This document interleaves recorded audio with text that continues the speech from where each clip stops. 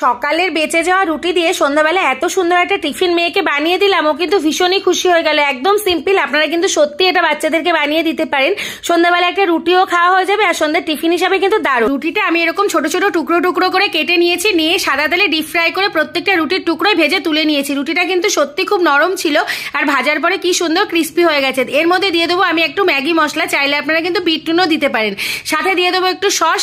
এটা কিন্তু সত্যি খুব সুন্দর আর বাচ্চাদের কিন্তু সন্ধ্যাবেলা একটা রুটিও খাওয়া হয়েছে। সুন্দর প্লেটটা আমার মেয়ের সামনে দেওয়াতে আমার মেয়ে তো খুবই খুশি হয়ে গেল। আর খেয়ে কি বললো সেটা আপনারা নিজেরাই শুনে নিন।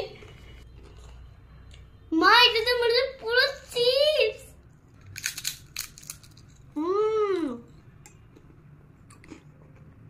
খুব সুন্দর হয়েছে মা।